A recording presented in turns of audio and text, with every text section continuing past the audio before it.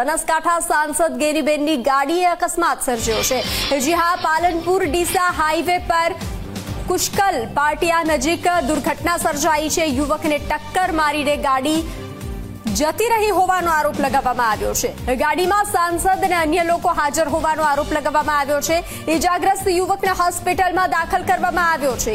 એમાં ગાડી હતી ગેનીબેનની, એમાં પોતે ગેનીબેન પણ હતા। એમાં મારા ભાઈને એક્સિડન્ટ થયો હતો, એ ટક્કર મારીને બેહોશ થઈ ગયો। 3 કલાક જેવો હોશમાં હતો। એ પણ ગેનીબેન પોતે હતા, ઉતર્યા ને તો સિવિલ હોસ્પિટલ ને દ્વારા નહીં ખસેડવામાં આવ્યા ને એ દિવસે ન તો સાથમાં કોઈ માણસ પણ મેકવામાં આવ્યો હતો। તો ગાડીમાં સાંસદ અને અન્ય લોકો હાજર હોવાનો આરોપ છે। ઇજાગ્રસ્ત યુવકને હોસ્પિટલમાં દાખલ કરવામાં આવ્યો છે। તો ઇજાગ્રસ્તની હોસ્પિટલમાં ગેનીબેને મુલાકાત લીધી હોવાનું પણ સામે આવ્યું છે। પીડિત યુવકના ભાઈએ યોગ્ય કાર્યવાહીની માંગ કરી છે।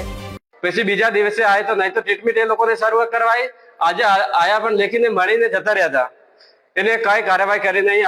આગળની અમે હાથ ધરીશું જે કાર્યવાહી કરવાની છે। તો અકસ્માત તો એ ગેનીબેનની જે ગાડી હતી એ સિંગલ રોડ ઉપર હતી, એને બેદરકારીના કારણે અકસ્માત સર્જાયો હોય।